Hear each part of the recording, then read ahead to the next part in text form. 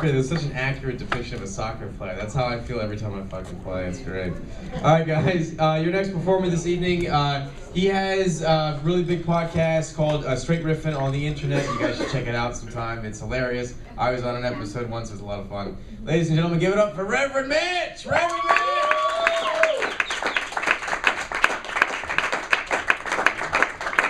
I don't think you're ready for this jelly.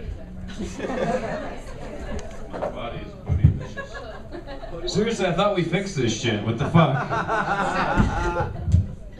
Fuck this. Yeah! Fucking rebel comic, throwing shit around. I was driving with a friend of mine, and I was trying to figure out some financial shit in my head. So I said, hey, what's 52 times 14? And he goes, I don't know, I suck at math. I said, yeah, me too. He goes, yeah, man, when it comes to math, I suck a fat cock.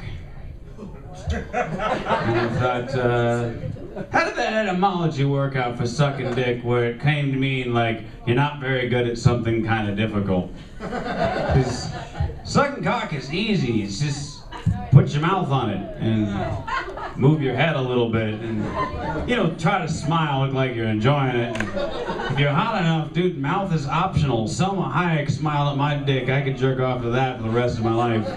She doesn't, that's all I need. She wouldn't even have time to put her mouth on it. It would just be cum on her face. And I'd be like, I'm really sorry. So, you looked at it and smiled. I got excited. What can I do? But eating pussy is difficult.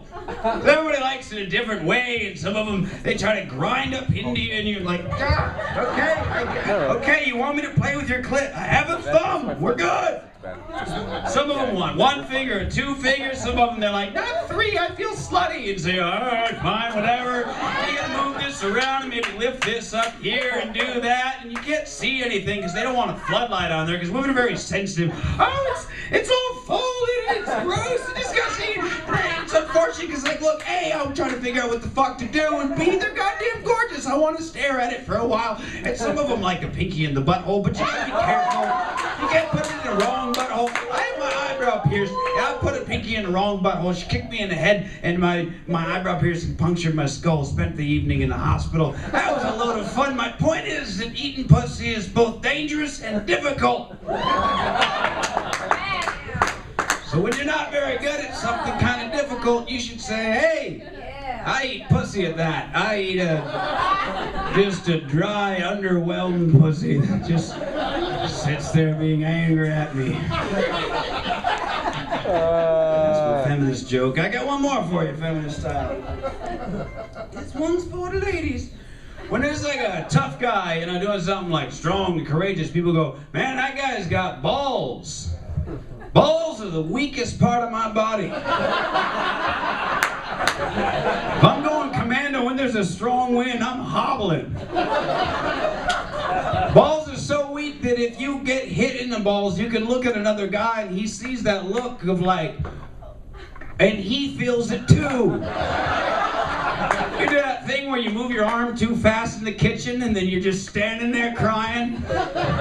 You gotta take it like a man.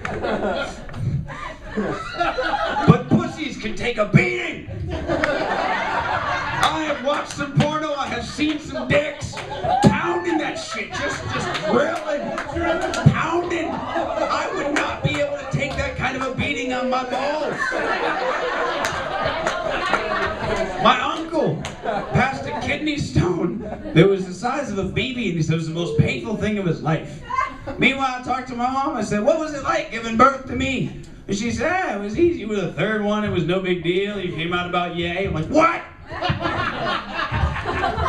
Jesus Christ! Pussies can take a beating. So maybe next time you see somebody doing something strong and courageous, be like, hey man, you're a fucking pussy.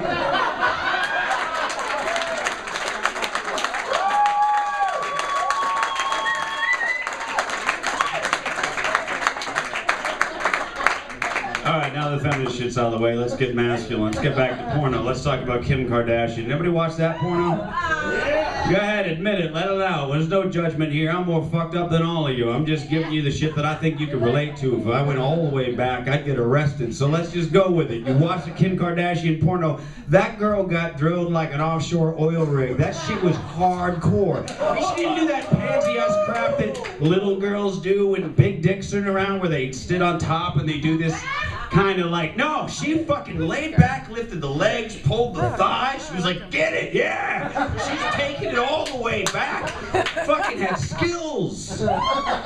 Contrast and compare with the Paris Hilton porno where it looked like she never even sucked a dick before in her life, which led me to believe that whenever there was a dick near her mouth, she'd just go, Consuela. Brian wants a blowjob. She was in that porno and she's all, ah! Ah! And she fucking did this. Bitch, nobody's trying to fuck your nipple.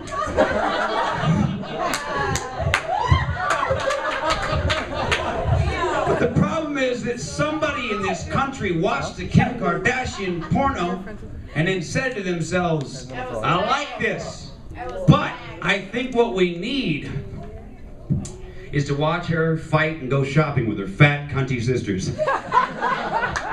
That's what America needs. Who the fuck thought that? And moreover, that makes us all kind of sugar daddies in a way. Anybody who watches the show, I should say, it kind of makes you into a sugar daddy, because that's what girls do. They'll kind of touch a dick or they'll suck it real good or whatever have you. But if you like money, you never see them naked again. You're like, oh.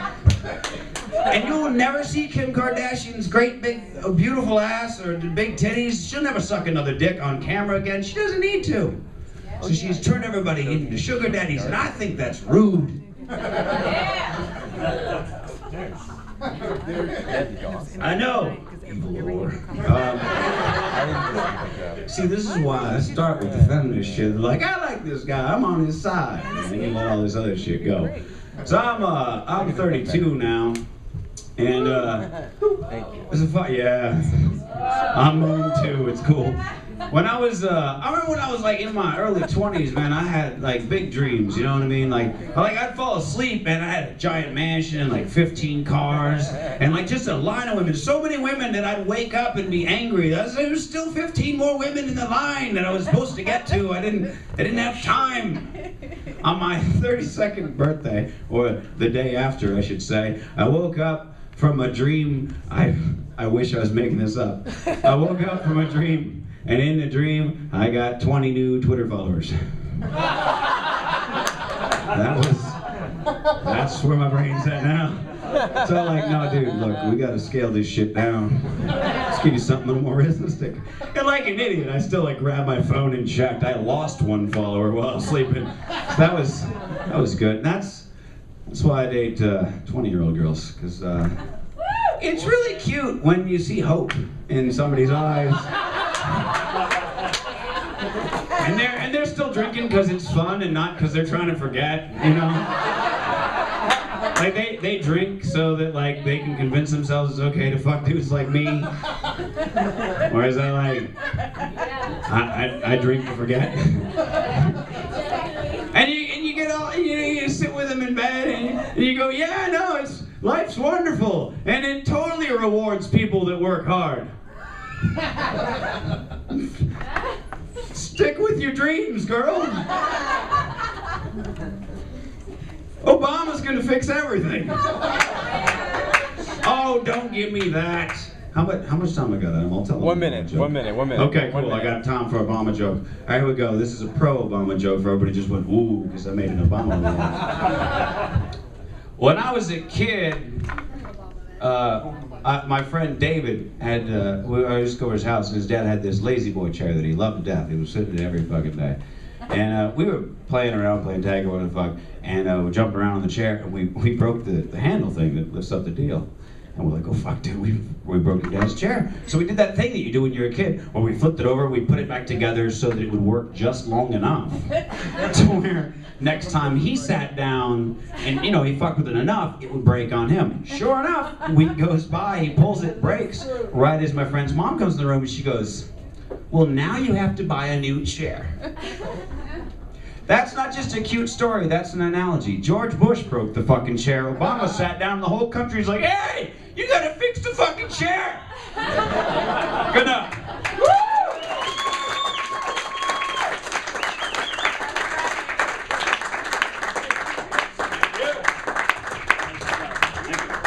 Mitch, Reverend Mitch, enlightening.